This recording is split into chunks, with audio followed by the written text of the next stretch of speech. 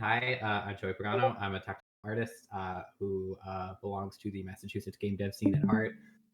So today I will be showing you, quote unquote, both sides of the brain. What is technical art? This is where I'm going to teach you how to do literally everything. So first things first, you want to see something cool? Check this out. So you look at this environment. Now, do we have any programmers in the call right now? All right, so Manny, what if I asked you to make this? Wouldn't that be a pain? Wouldn't you say that's the artist's job? Exactly. So this right here is actually all procedurally made through shader code. So let me make sure I opened it up correctly. I did not make this. If I made this, I would be loaded right now. But this is something that is available to anyone that wants to see it. This is all procedurally made through shader code via Shader Toy, which means programming that is used to enact something with very strong and particular artistic vision. So, like, for example, I'll just change like the length on the pillars. Let's really mess it up here. Just change it to 0.05. Hit Alt Enter. Give it a second to compile. Yeah. So as you can see, this is not the typical destructive way of 3D modeling that some of you might be aware of. The guy who made this made a really cool breakdown of it. I can give those links later. This thing is crazy. It's like a 2.5 hour talk. But we can cover that later. So once again, hi, I'm Joey Pagano. I'm a 2019 alum from Pratt Institute. I have a BFA in digital art with a 3 animation concentration. I am a alum from MassDigi's Summer Innovation Program 2017. Shout out to those that were there with me. I'm a technical artist, and I've worked for a lot of companies, both contract and full-time, such as FX, Rockwell Group, a smaller company in Brooklyn that my heart belongs to called The Family, and even recently full-time at Meta. That's a nice picture of me, but I think there's a much better one of me. Let's do that instead, where I found a giant sword. I also work as a tournament organizer in the FGC or fighting game community in my free time. So whenever I'm not working on games or 3D, I'm typically running tournaments for the games I like to play. So there's some cool stuff that I made. It's not animated. I don't know why it's not animated. Google Slides can be a pain. I can always pop in to my websites where you can see very quickly, like a very, very small, I'll mute it so it's not annoying, but see more like animated stuff I've done in 3D. I typically work in Maya. I've been making a recent move towards Blender for reasons that I'll probably show off a bit tonight as well. But I've worked in all manner of CG pipeline. This demo reel is actually when I was more positive as a CG generalist, which I believe is a byproduct, or rather, technical art will be a byproduct of this. But you could go to my website. I promise you, it's not a typo. It is geoi.dev because joey.dev was taken, and I'm a geoi to work with. Without further ado, you're probably wondering the most important part of this conversation: what is technical? I wish I knew what it was sooner than I did. It is a very, very important discipline in the game industry at large, and even more than that. Respectfully, I would say it began as a discipline for the game industry almost exclusively. But as the technological climate changes with what people need and use, such as Unreal Engine being used for film, or Blender having real-time rendering with Eevee that works right out of the box. There is a lot of use for technical art outside of games as well. So it is a lot of things, but for the sake of today's talk, I've broken it down into 5 major categories to just make this easier to chew on. Rigging, asset implementation, shaders, tools dev, and proc gen, which really just means procedural generation. Most people will probably immediately be aware of shaders, which is why I opened this talk with it, where you are mathematically composing the visual identity of a game that you're making. But you'll notice, wow, Joey, that's a lot of stuff. Those are all wildly different things. If I were a 3D animator, I would just animate, and it would just be that. Thankfully, what no one will tell you, and I say this to help the programmers and the artists that are dabbling and wearing many hats in their respective disciplines, is that technical art is a spectrum. It moves from a programming side to an artistic side. Every tech artist is somewhere else on the spectrum, and the value they bring to a project can change dramatically. At the end of the day, most tech artists are pretty aware of all of these things. I'm able to do most of these things with varying levels of expertise. I would put myself closer on the artistic side personally, which has been an interesting journey. You'll notice that most conversations about technical art tends to focus on that programming side of things. But I'm going to go through all five major categories that I've broken down today so you can get an idea on what they all do and what you might even like doing if you find that, wow, Joey, technical art sounds real damn cool. So tech art is literally everywhere. Yes, I put my favorite anime games. Sue me. Um, the visual identity for a lot of games comes through, say, like shaders here.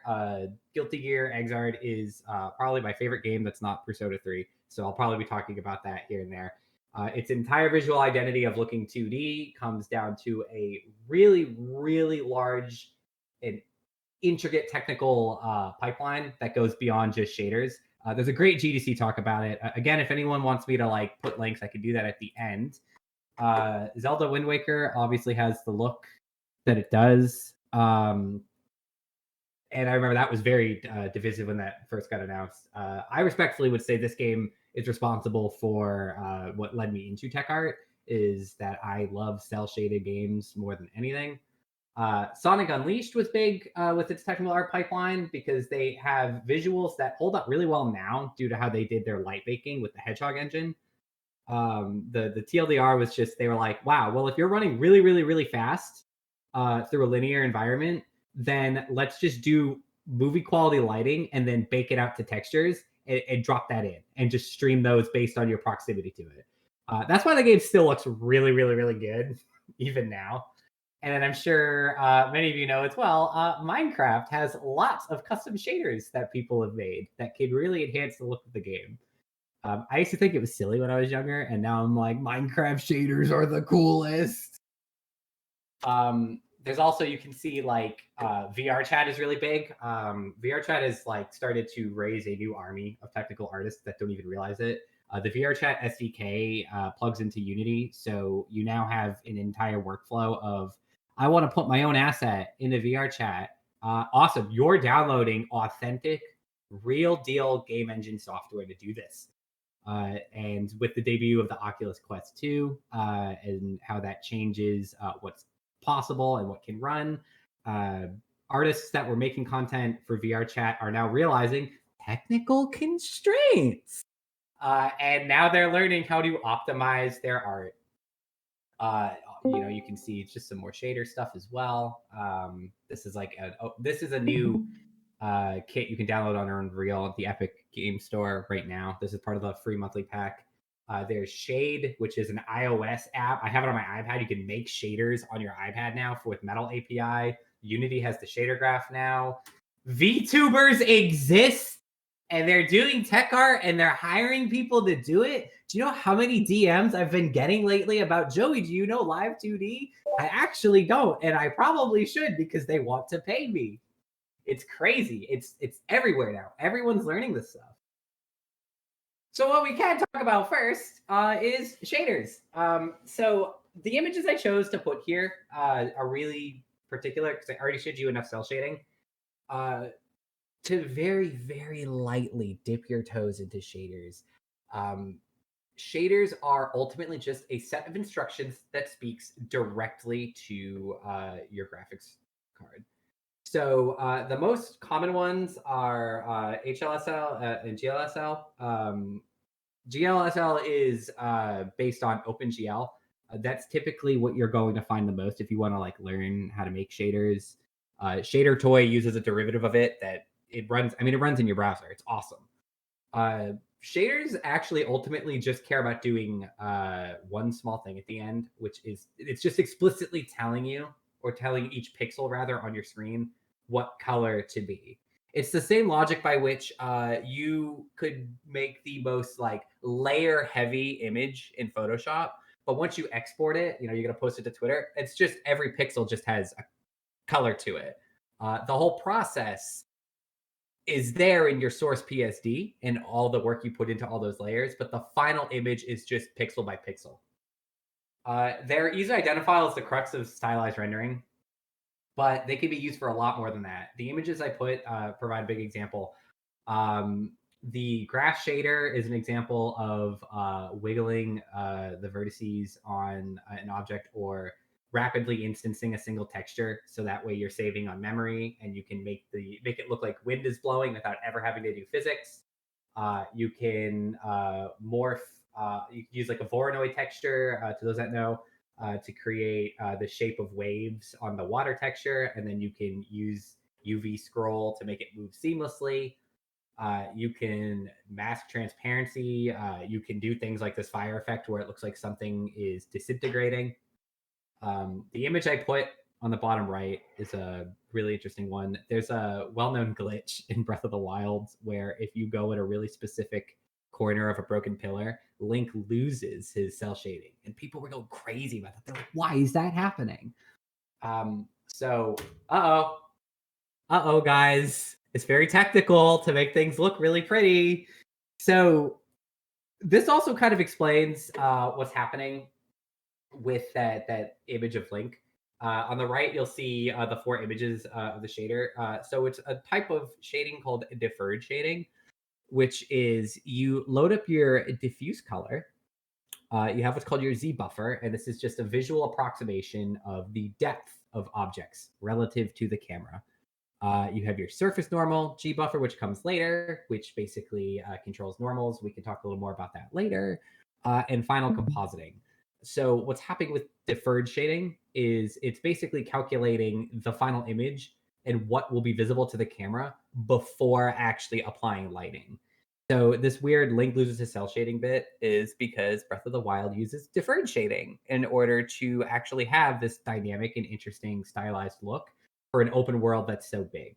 So everything loads normally as your typical 3D, and then afterwards, the deferred shading will compile the final image and put cell shading over based on what's visible in the camera. The glitch is just that the hole in this pillar it has like a bounding box that's supposed to be an occlusion barrier, but it didn't work. But if you get into shaders, you're gonna have to learn this stuff, and it's bonkers. But shaders basically start as your vertex shader, then they get rasterized. So if you have a cube, you have all 8 vertices that exist on that cube. And you have a lot of information that can be in those vertices before you start worrying about the pixels. So once the vertex shader is actually figured out, and I'm really oversimplifying this right now, just for time's sake, the image gets rasterized, and then you move on to the fragment shader, which is that set of instructions that says, well, what's the final color of every pixel? And that is very, very quick and messy explanation on what is going on with shaders. I have, we're not going to rigging yet. I have over here, for example, we go to shader toy. All we have is a blank empty shader. You can see it's drawing thousands and thousands of frames because all it's doing is nothing. So I'm just going to plug in a little bit of shader code that can show you guys something kind of neat. So go over here. We'll plug in. Also, all this live demo stuff I'm doing is very last minute. So if anything goes wrong, you guys know how it is. Computers smell fear. They smell need. So we're going to make this actually show just a single color. And what is a colossal pain is that it is a lot what we call lower level. So all the programmers should know this. Shader code is much lower level than say Python or something. It is closer to the metal, so to speak, with how your computer handles programming. So shader code is probably one of the most difficult things you can do. I still list it on the artistic side of the spectrum because there's a lot of tools that exist out there now to simplify this and make it accessible, such as baking materials inside of Blender, um, all that type of stuff. But actually, you know what? I'm gonna grab this little chunk of code I have over here, and I'm just gonna plug it in right over here. But this should be really cool if this works correctly. We don't need the output to screen comments.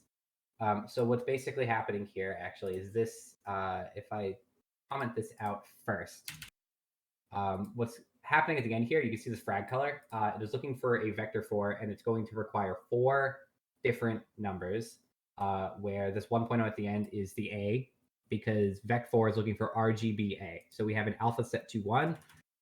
Color is coming from the variable is being defined here in a vector 3.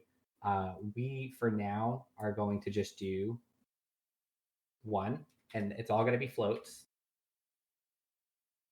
And if we alt enter and compile, wow, look at that, it's red. That's it. We can change it as needed, and you can see how quickly it loads. What we have up here, this little chunk of code, the vec3 for the color, it's starting with 0.5. This is actually what Shader Toy's default shader will be. But we start with 0.5 to make sure that the starting value is halfway to white. That way you don't get a really dark and visually disinteresting color. And then we are multiplying it. We are actually getting the time, which should be in the shader inputs over here. So if this actually works correctly, which it should, it would be embarrassing if I mess this up. We now can get a gradient. So as you can see, this is literally telling, again, we're telling every pixel what to be. And at the most basic level, it's literally just moving gradients, moving colors. Getting this to create 3D effects like that crazy Greek temple is a lot of work. You can spend your life just specializing in shaders. I love them to death. I have moved into the shader programming side a bit more recently. So this is a very dangerous part of the talk for me to just do, but we're doing it anyway. I think they're very fascinating. I think they're very responsible for a lot of what happens in games. And I hope you guys think it's cool too. Next up, let's talk about rigging. So models are static objects that require additional technical work to deform properly for animation. You guys have seen it, the T pose, the A pose. I'm an A pose guy myself. To those that do 3D art, the fun fact about that is because it creates less texture stretching on the shoulders and more on the armpits, and it's less likely that you're looking at one of those than the other. But T posing tends to be easier for making your models.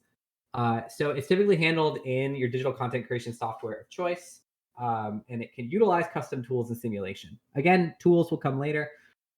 You'll notice that there's a lot of different rig controls that exist on a rig. This is actually one of the first things you probably learn in tech art. If you go into 3D animation, rigging is considered like its own discipline before you realize it's under the umbrella of tech art. With modeling, animation, and rigging, it requires what's known as weight painting to influence joints that control your model per vertex. You can do it as a color map, or we can keep it grayscale for just like convenience sake. The workflow will change depending on what you're doing. You can apply tools and all sorts of fun simulation stuff if you're making content. You know, you're in Maya and you're going to render it out and you're doing film. But when it comes to games, you need to get this over to the game engine in a format that is universal. And we can talk about this in the next section later, such as implementation. But with games, everything is driven by joints and bones.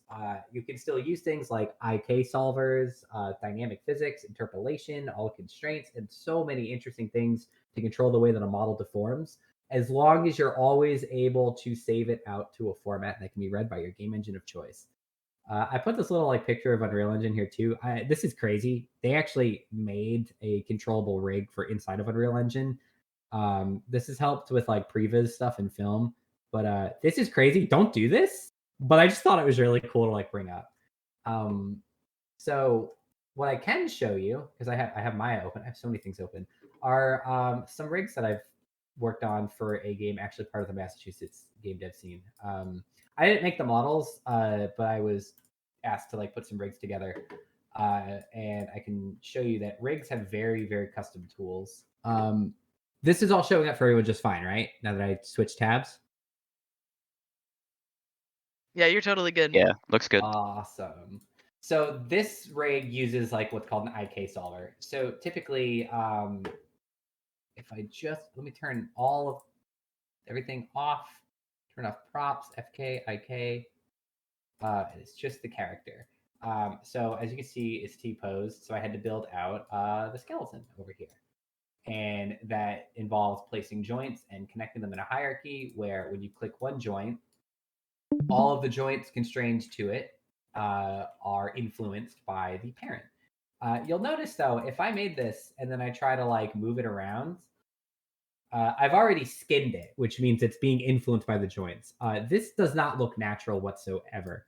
Um, Basically, rigs should typically always be done with like rotation. But you'll notice, even though I rotate this, it's not actually influencing the joints underneath. And that's because I've made controls. So what you typically do is you can use NURBs. So you just go into your rigging channel. I typically work in Maya, so this is a lot easier for me than when I do some Blender stuff in a little bit. But you can go into like curves, surfaces, and you go and like you generate a NURB, like a cute little circle. You just start like messing with it, wiggling around. You start to like make the shapes. You're trying to make an easily selectable approximation of the joint that is intuitive and easy for an animator to use. This plugs into some of the tools talk later, but you're thinking about the artists on the team and you are using a technical understanding of what they need to provide them with the easiest way to do their job. Um, so if I go and I turn back on this, and so IK is something known as inverse kinematics. I know I'm flying through a lot of this stuff. There is so much to cover. And thank God this is being recorded because then you guys could just like go and watch it later or take notes. But IK refers to inverse kinematics, which means instead you select a couple joints and it's a reverse. So the wrist here is typically the child of the elbow and the child of the shoulder. But now, because of inverse kinematics, the position of the parents will change based on how I move the wrist. This is awesome because this means that I don't have to meticulously rotate an arm and hope it lines up perfectly. So IK solvers tend to be used to make things like like stay on the ground properly or to hold objects correctly or just to have a more intuitive type of animation. There's a few other rigs that I did for them that I can show you guys real quick. Some fun ones. Let's see. I think the Centaur was a funny one. Yeah, so this one, it was easier to just have the arms be rotatable. And since the art direction involved separate objects, there was in the concept art, the character looked like it was floating, and all of these parts are meant to like be floating on their own. I was able to build the rig out such that moving this, I can put it wherever I want. I can wiggle things out a little bit, get a nice kind of that lets me animate things so that way it looks like it moves a little bit separate from the parent objects. I believe I have the animations, some of the animations themselves that the animators did with it. That was cool. Thank God I have all these. Still is awesome. Oh, this is funny. They're still in the student file version too. I pay for Maya. Don't you guys worry. But you can see they're able to make short, quick animations where certain parts of the object they bend organically, while other parts bend more mechanically. The last one I'll show you is a really fun one. They go to the mimic. This one was fun because this was not typical shape. So we had to make a rig where you open up the treasure chest. It's a little cat, but the cat is stretchy. So that way you can make the cat pop out and move really, really far out of the mimic chest. There's controls to move the entire rig. There's controls to move it. You'll see this right here. This is a little tip I'll tell you all now if you get involved in rigging. If you make something for games, you want to have what's called your root node, or your root joint rather. This tracks the position at 0, 0, 0. So as I move this chest around, let's say I want it to like float and move. That type of movement is nuanced just to the style of animation. But if it's moving, if its actual world position is changing that much in the game engine, a programmer is going to go berserk. They're going to be like, "Oh my god, all these numbers are changing." If you have a root joint that is always at 0, 0, 0, you've created a data point for your programmer to easily access the location of the animation in game. These are the types of things you tend to think about as a technical artist when building out rigs. It's not just a matter of, hey, can this guy bend correctly? But it's also a matter of thinking about the end use of the tool that you are designing. What is easy for people to forget is that rigs are ultimately tools. They're tools for animators. And as you can see, I can go in the rigging module. If I go to, where is it?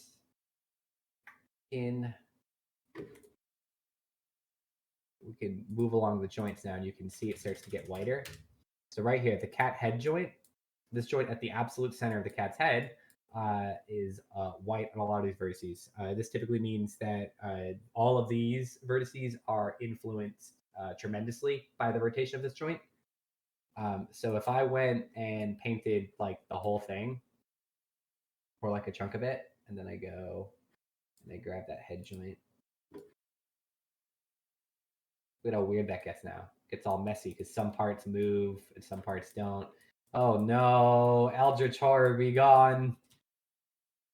Rigging is where I got my start. This is a much older rig.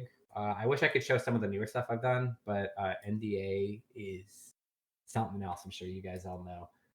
But rigging is definitely where I first moved into technical art. We can move on back to the presentation itself. But this then goes into our next points. Implementation. So assets need to be properly implemented into the game engine to operate correctly and to look the way that the artists intend in the first place. So as you can see, these are some of the editors in Unreal, as well as Plastic, which is version control software. So a technical artist responsible for implementation, this is typically like the biggest reason to have a technical artist in a game. I found that whenever a team is looking for a technical artist, it's because they're trying to free up the programmer and the artist time, or an artist has converted into a technical artist because no one else is able to do this. This typically you define the pipeline at the DCC point of entry, as I put it. So you figure out, well, how are we building these assets out? And how are we making sure that the content that's being authored in, say, Maya or Blender is being built in a way that satisfies the pipeline? The tech artists tend to actually be pretty in charge of the pipeline due to this in a lot of ways. Larger teams tend to have other positions that manage, like with a producer, that control like the larger pipeline. But this is a very critical part of actually getting your game to work. You tend to also assemble the assets within the engine. So it's not just a matter of how do I export and then import. It also is things like, all right, I worked in Substance Painter. I painted this model, or the artist did these textures. The animator animated something that I made the rig for, and the modeler finished making the models. I got to get this in, and then I got to actually put together the materials and the shaders to help make the game look the way that it's intended to be. In more technical pursuits, This has also turned into appraising assets based on, as I put it, the informed performance benchmarks. The technical artist tends to have the best idea on how things can work. When I was working at Meta, we were dealing with a file constraint of 2 MB for entire projects. So we worked on, and we can talk more like in Q&A or something about specifically what I did there. But we were working with a really low file size limit and had to create best practices to optimize the assets inside of Spark AR to make sure that the final export remained within those constraints.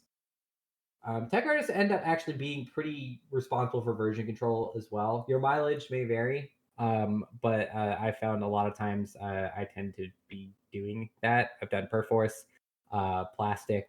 I pay for Git Kraken because it's pretty. um, but this is probably the dead center of art meets programming. Next up, oh, my third image didn't load. That's a shame. Procedural generation. This one is cool. This one's really neat. So this is literally creating dynamic assets. This also bumps into tools depending on what you're doing. As you can see on the image below, this is a procedural fence tool. Where as you build, you can see they're scaling the size of the fence door and the surrounding parts of the gate. Make sure to not clip through that door. But then you're also in control of a spline that dictates how the final fencing encloses itself. You can control exactly where the gate goes. You can also see over here was a whirlpool in Unreal Engine. Unreal is pretty big with what you do is like terrain generation now, where you can paint textures. So how do I explain this? Because there's so much. You could have we talked about vertices containing data earlier in shaders and how you can influence vertices in the vertex shader. That also means that you could paint a vertex, so to speak. And you could say that the RGB of a vertex are 3 different textures in the R channel, the B channel, and the G channel. This means for things like making terrain, you can have like a dirt texture, a grass texture, and a rock texture or material. And then you can paint, you literally paint in Unreal Engine, like with a tablet, on these vertices, and it will create unique and dynamic terrain at a very low cost instead of just painting the model inside of Substance. I'll go to that in a second. I can show you guys real quick. This might be the most dangerous part of the talk. I'll be real with you guys. I am opening up Houdini. And I don't typically do Houdini live demos. So this could be a mess. But this is a project I worked on where a very talented artist that we worked with when I worked at the family, his name is Filippo. God bless his soul. Filippo is a trooper. He created a gigantic water simulation for a client that we were working with. And then very last minute, about a week before deliverables, for one of the most complex water simulations I've probably ever seen, the client says there needs to be a shirt in there. And we want this crashing water sim to feel like violent ocean waves, but to also feel like a washing machine, which is contradictory. But I was called in and asked, hey, can you consult on this project and find a way to, in a week, get a shirt into this final render? So this is the whole like setup with the water sim as well. We're not going to be able to see the water sim because it is hundreds and hundreds of gigabytes that we had to freight overnight from Rome. Oh my god, it was insane. But what I worked on, if it would open up. Oh, you know what? Let me not have auto update on. Manual. There we go. Oh boy, here we go. Houdini's going to do its thing. It's going to take a while.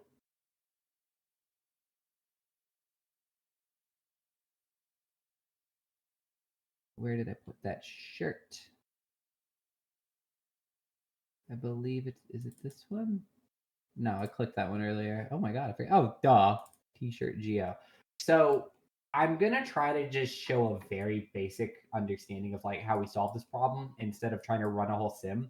To those that don't know, running simulations are very, very heavy, complex equations where you have a small file because it's just all math, but it pushes out a very dense simulation. Like I'm talking like hundreds and hundreds of gigs of RAM, days and days and days of calculation. We obviously don't have that time, unless you guys want to hang out for a very long time. But as you can see, so in here I had an FBX import of a shirt that we made in Marvelous Designer. Um, so the problem is the shape of the shirt was great, and we want to make sure that we had that many points of data for making the simulation. But it's still also too dense of geo. So I'm gonna avoid some of these more complex nodes for time's sake. But if you guys have questions, I can talk about that more later. Um, but we have over here a transform node, and this is visual scripting basically. Houdini is probably the most insane software I've ever touched. But as procedural software, it's just too powerful to pass up. So this is quickly me doing a transform node to just move the position of the shirt as well as its scale. So we upped it a bit based on feedback to make sure it was the right size.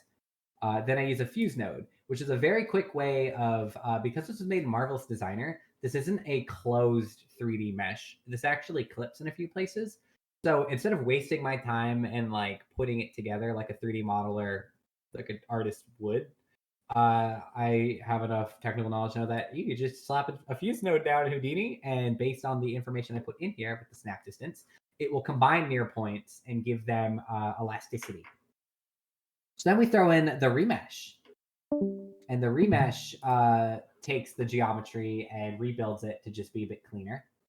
And then we run it through the vellum solvers. So this is a very, very simple explanation, but this actually gives it physics like cloth. Then we have what's known as the vellum glue constraint, and this was because we ran into some issues once this started moving around in the water sim.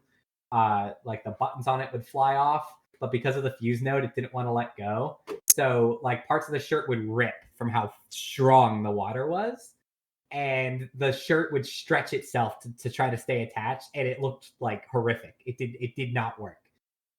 So the glue node is a way to make sure that things don't stretch too far. Then we run it through what's called the solver. And what happens here is we have a bit of wind and then pop advect, which this, this, this could take all night just to explain this. But this is taking the original water simulation, simplifying it, and then finding, well, how do the particles that make up that water, how do they move? How can we turn that into directional values? Add in some wind for some art direction to make sure that it's not too aggressive. And we're able to move this shirt without having to re-render all of the water. We then output that force. We throw it in here, throw it through a point to form, which the point to form will basically allow the solver to actually like mess with what's coming from this remesh here. And then our last little bit is called the delta bush. And what the delta bush does is, again, very, very quick simplification. But it creates this weird kind of messy version of the mesh that helps with internal simulation to just make it look good, get put together, and then be easy to mess with. Then we cache it out, save it as an alembic, and then we have this shirt moving like it was affected by the water. And then I was able to put it into Blender. We used Eevee because it was real time. Made some pretty looking materials, and we were able to render it out in real time and just composite it in post. And as a technical artist, I basically went in with a week to figure out how are we going to do this when we don't have time to render it. A typical 3D artist, I don't think they would want to open Houdini. I'm gonna keep it a buck with you guys.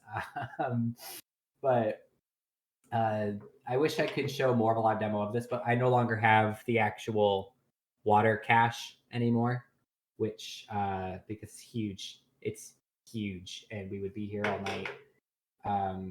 this is more of a way to just show that Houdini is a type of visual scripting to make dynamic simulations. Houdini also has what's known as Houdini Engine, which is a plugin that plugs into Unreal. And why it's important is you can use the power of Houdini to calculate an interesting and unique and very heavy simulation, and then save that information out and plug it into Unreal. There's no reason to make dynamic water simulation for, say, like a game when you're on a boat, if you can instead do it in Houdini and save it out. Video games do things in real time, obviously, as most of you know, and it's a lot easier to not ask Unreal, hey, I have the answer to this math problem, but solve it anyway. Unreal's like, just give me the answer. So that way I can get to the part where I make it look pretty. So a technical artist might be found doing really, really advanced procedural stuff in Houdini. It's really, really cool stuff. I really, really, really like it. There's a lot of beautiful in-depth GDC talks that can tell you about custom workflows that utilize Houdini. But again, this could take all night. It can bump into VFX. I have sometimes been asked about VFX jobs because of technical art. So if you know a VFX artist in particular, big shout out, because they're fighting the good fight. The last thing that we'll talk about is custom tools and scripting. This is the big one. This one's difficult. This is the furthest on the programming range. The mentor that I accredit my journey to technical art to is a tools and scripting technical artist. His name is Mike Bourbeau. I can drop his link and portfolio later on tonight. He amazing senior technical artist. Started as an oil painter and now is making custom software in his free time. So he's got it all. So if you want to get into, say, custom tools and scripting, I put a few languages, but it's really Python is the language of choice. Mel is a simplified higher level version for Maya specifically, if you're building like custom stuff to use inside of Maya. C++ is what you might be using with Unreal, and C# is for Unity. But if you're coming from a programmer angle and you want to get involved in technical art, I mostly recommend Python is the way to go. Everything uses it. Unreal 5 now supports it to a unbelievable degree. You can see I quickly put over here as like a picture of writing a Mel script in Maya to create custom icons that can carry out custom actions. This is a bit hard to explain.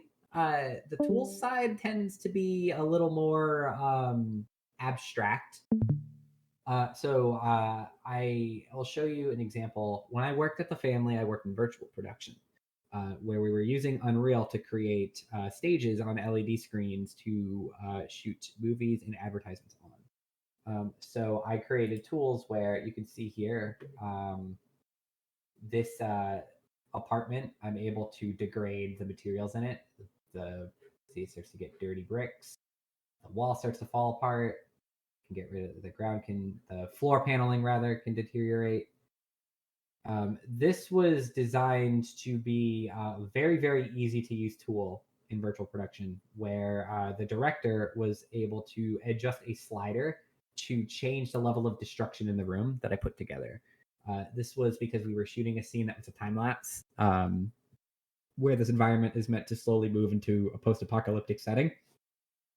You can see over here was like a very simple tool I put together to randomize the buildings themselves in the background and to control the level of destruction on them. So it would hot swap them to a different mesh, where you can control each building to be more and more destroyed.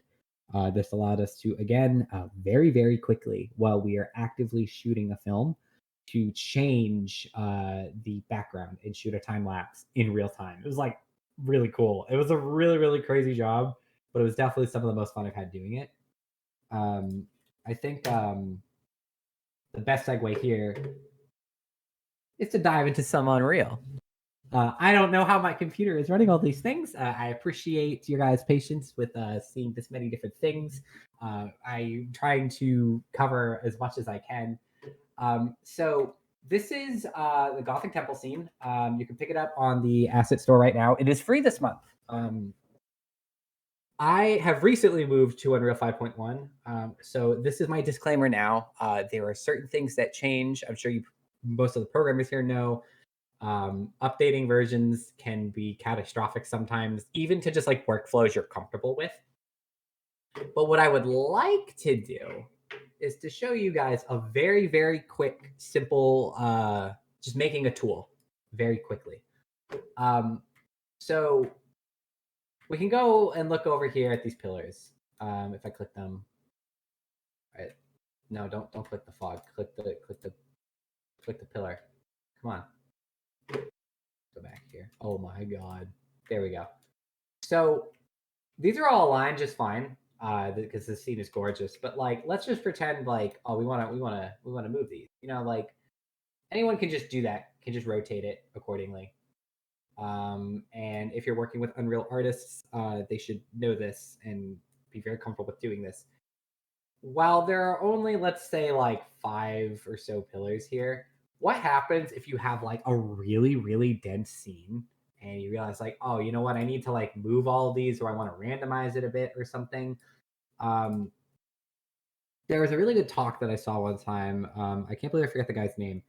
But he said that every technical artist has a limit to how many clicks a task takes before they tap out. Most people is 5. He's 3.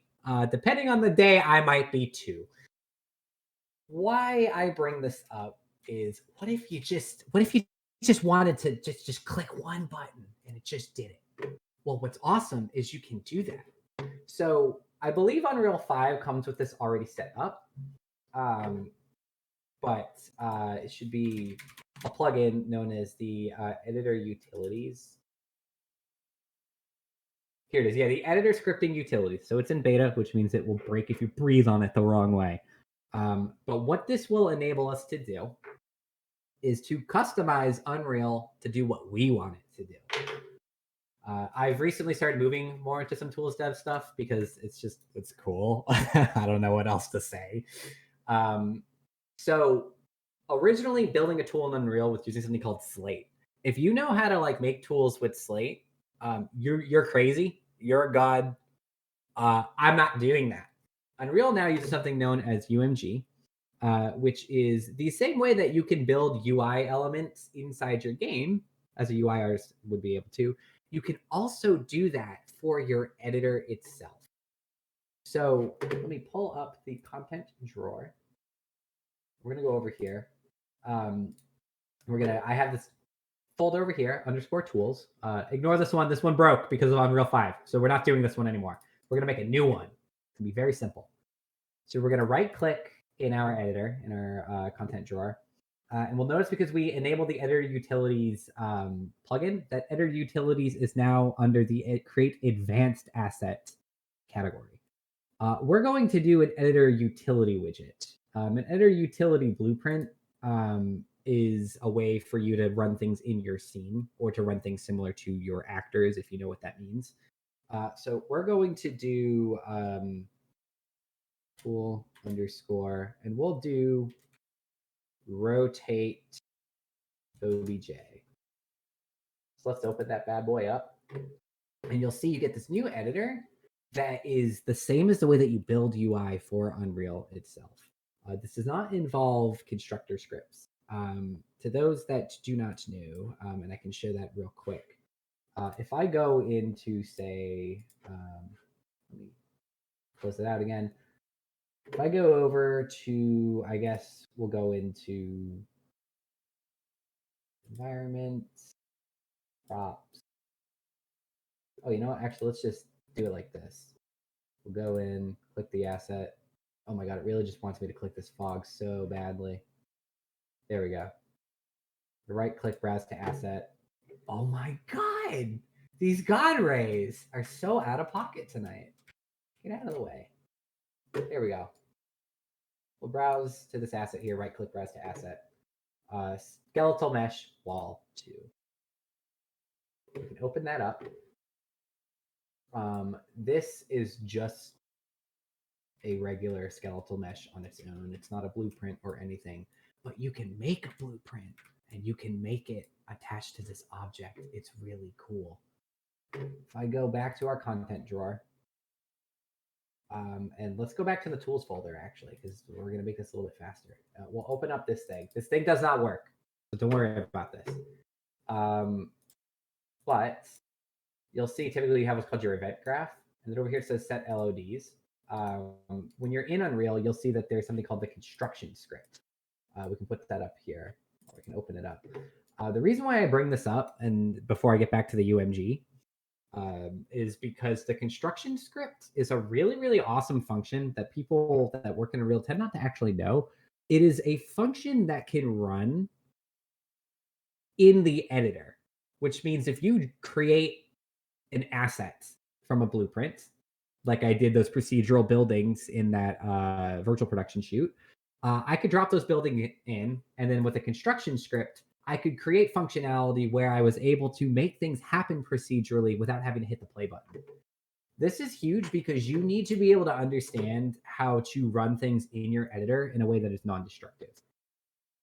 So we're gonna go back to our content drawer, back to our tools menu, and we're gonna open up again our tool rotate OBJ. So once again, we're in our editor for making a UI element. We're gonna do this. We're gonna grab a button. We're gonna drag that bad boy in. So now we have a button shape. Let's just make our lives easy. Instead, it's position X or Y to 5. You can click this button over here called size to content. What this means is whatever content is the child of this button, it will dynamically size itself to match that. So next up, we're going to grab text, and we're going to drag that inside of button 0. And look at that. It says text block by default, and now our button has dynamically sized itself to match our text size. We can go over to content, text block, and we're going to put in rotate OBJ. Look at that. So now we're looking at, this is a button that we can press, and it can do things. But wait, actually, it can't do anything because we haven't told it how to do anything. So instead, this is really convenient. There is like it was more complicated to do this before in Unreal 4, but if you just click right here where it says button 0, let's rename this to button rotate OBJ in case we want to find it later. You have these events down here already made. You don't have to move over to the graph view, which is a separate editor for this. Let's do on clicked because it's a button. So we'll click that and it will automatically bring us over to our event, our editing graph with this event highlighted. So this is going to be our button to rotate objects as we need it. So the first thing we need to do, and Unreal 5 has been a little finicky with me about this, but we're going to grab this here. So again, this is, if this is your intro to blueprints, then cool, awesome. You're learning how to make a tool before you even know how to run the game. That's really good, and you're going to be rich. So we're going to take this pin here, and this is our event flow. So as you drag any pin out, you'll see context sensitive is checked off. This means that it will only let you search all of the nodes that could actually run from this. So what we want to do is get selected actors. So this is weird. This is part of the VR scouting. This worked for me for some reason. I don't know why this works, but so we're going to use it anyway though. But we're going to grab this this node here, and what this is trying to do is when this button is clicked, it will get the information of all of the actors I've selected. Actors in Unreal are different than assets. Assets are it's what lives in the content browser. When I take like a skeletal mesh or like all those pillars and I drop them into the editor, into the level, those instances of our asset are known as actors. So we need to specifically get the actors that are selected in our editor. Then what we want to do is we're going to get this, you can see it's this little like box with a bunch of dots. This is going to return an array because it's going to be a collection of objects. What we can do next is we're going to get a for each loop, which means this next bit of code will execute for every single thing in the array. So we're going to make sure that this is connected as well. The next thing we want to do, so we're going to take the loop body. We're going to do cast to static mesh actor. Why this matters and what casting is we're grabbing objects here. And to those that understand C++ or the logic of blueprints, objects are the highest class in the hierarchy. Everything that comes out of objects, everything else is derivative of objects. What that means is the specific information that we want from what we're selecting, the actors in our scene. Objects don't know how to be that. Objects are not 3D objects despite the name. Again, the programmers will know this, but the artists will not. What casting does is it is effectively telling this line of code to access, as you can see, tries to access object as a class static mesh actor. It may be an instance of. It will look at what is being pulled in the array and it will try to treat it like this class. That's why it has a cast failed pin, because this can fail. And you typically want to do it. I think the best example I heard is, let's say you make fire in your 3D action game, and stepping in it hurts you and it lowers your health. You create the class to handle that, and then later on you decide you're going to make like a swamp. Maybe you want portions of the swamp to also hurt and take away health from the player character. So you can choose to cast to the same class that the fire is, and it will try to treat it like it's the fire and can remove health as necessary. And if it cannot, then it just won't, and your game won't like crash or anything. So we're going to get that cast out. We're going to grab our array element. So all of the objects in our array here, we're going to plug into object here. And the next, we're going to continue. We're going to take the pin and we're going to do add actor local rotation. So this is as obvious as it sounds. It is the local rotation, such that 0 is the center of the actor we have selected. So it's not based on where it is in 3D space. It just cares about the immediate size of this object, or actor rather. You can never be too safe with all this terminology, I swear to God. So we're going to get a static mesh actor, plug that into the target, which is going to be the target of this operation. What we can do, now you see delta rotation here. We only want to change the yaw, which is the z-axis. The yaw is basically like, like you spin a CD, or when you're microwaving something, you are changing the yaw of your food. So we don't want all of this XYZ here. So we're going to right click and we're going to split the struct pin into 3 floats. We're going to pull this bad boy out and we're going to get contextual nodes once again. We just want a random float because we want to make sure that the data that is provided to the delta rotation yaw is the same data type. So we'll do random float in range. And we know that a full rotation is 360 degrees. Yay, geometry. So we'll say max 360. I believe that should be done. What we can also do is cast failed, and we'll do print string. This will print to the console. So we can then put a message to ourselves to see that our cast did actually fail. And we'll say rotate obj tool cast failed. Next thing we want to do, we want to compile that bad boy up here. Dirty, needs to be recompiled. Then we're going to save that asset out.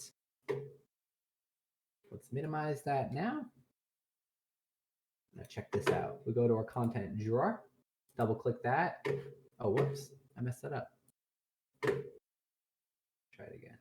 Content drawer, right click, run editor utility widget. Now look at that. We've made a whole button, got its own window, which means it's dockable. This is a very ugly place to put this button, but you can tell, we've now made Unreal Engine our own. We've created a button that serves a specific need. So let's see if it works. So we'll get in here. We'll click all of these. We'll click rotate OBJ. And look at that. They've all randomly rotated on their own in different ways. We can continue to keep doing that as much as we want. If it failed, we would see the output log that failed to cast, which is a great way to debug if you are trying to get a class that is non-compatible with what you're trying to do. The last little thing I want to talk about here is, all right, cool. I like those rotations, or maybe I actually don't. If I hit Control Z, it's only undoing the clicking on elements. Uh-oh, our tool has no ability to undo itself. So how do we add that? Pull this back in real quick. We're going to go back to our graph view. I'm probably going to regurgitate a great talk on Unreal plugins because the talk that I had seen, they made the same point. It's really easy to come in here and think like, oh, okay, undo. Create copy for undo buffer. Huh, that sounds reasonable. That sounds like something that has to do with the log for undoing things. It is not that. It doesn't work. It is completely different. It is called transaction. So we want to create a snapshot of the transaction itself. We go over here. We can put in a node known as begin transaction. So we want to put this before get selected actor. So we'll actually take this pin, plug it in here, and plug it in there.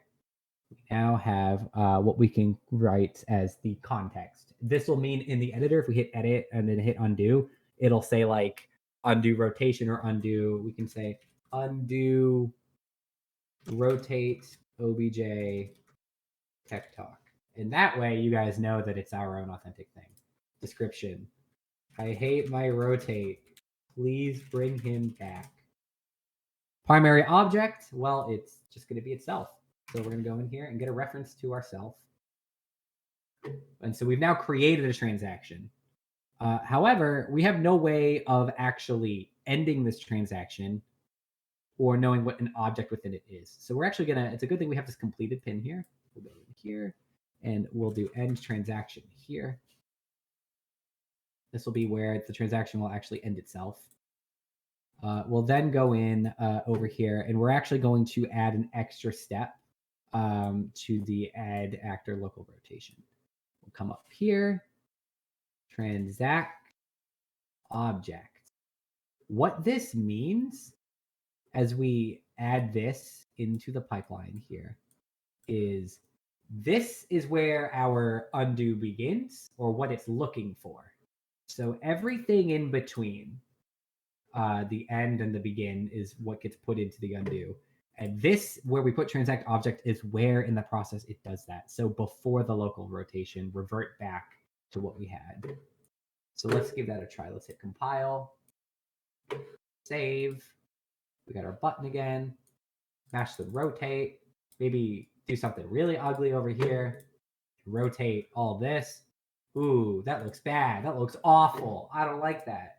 Great. Look at that. Edit. Undo. I hate my rotates. Please bring him back. And look at that. We have been undoing our tool. So yeah, that was the first time I've ever actually demonstrated making a tool in Unreal. So I'm glad that went as smoothly as it did. That was your very quick overview, except it probably wasn't that quick, of making tools. So we can wrap this thing up now. So tech art is many things, as you guys have seen. But at the end of the day, it is taking artistic sensibilities and applying technical know-how to that end. You can exist all across the spectrum of technical art. You can be a programmer who's interested in art and maybe finds that tools dev is a great way to get started. You could be a 3D artist who wants to get more involved in how the game gets put together. So maybe you move into implementation or you actually go crazy, you start doing shaders. But I talk about this because technical art was something I really wish I knew sooner. The reason why I call this talk Both Sides of the Brain is I, as a artist, have struggled a lot with being a little too technical in my approach, which is frowned upon in some of the finer art communities I've been a part of. And for a while, I thought, well, gee, am I not an artist? Is there something wrong? Is my brain broken? Am I not relinquishing myself emotionally to the art enough? Hell no. There was something for me all along. It could be the thing for you. It could be your way of moving into art from a technical background. It could also be the gateway for you to move into something more advanced if you are coming from a more abstract art field. But thank you. Here's a cool picture of me playing Guilty Gear Xrd Rev 2 on my Steam Deck at the beach because I'm all about that grind, baby. You can find me all over the internet. Twitter is at Munitums. Instagram is at Munitums. Again, goi.dev. I am Munitums on everything, like I am in here as well. That is my my internet name.